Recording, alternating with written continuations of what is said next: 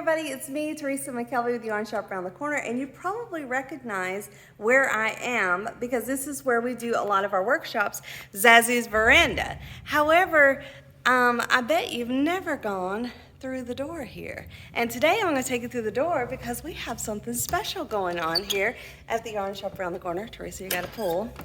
So let's go on in and see this area. Check it out. This is our other workshop area we're so lucky to get to use from Zazu's Veranda. Mitzi and Rick let us use this.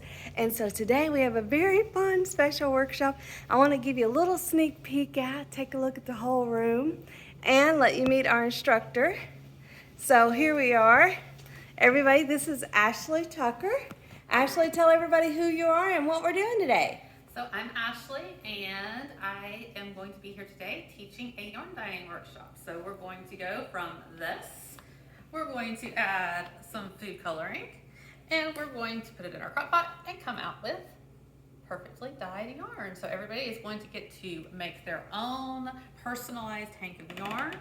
We have lots of different colors to choose from, and all you need is a crock pot, and it's going to be lots of fun.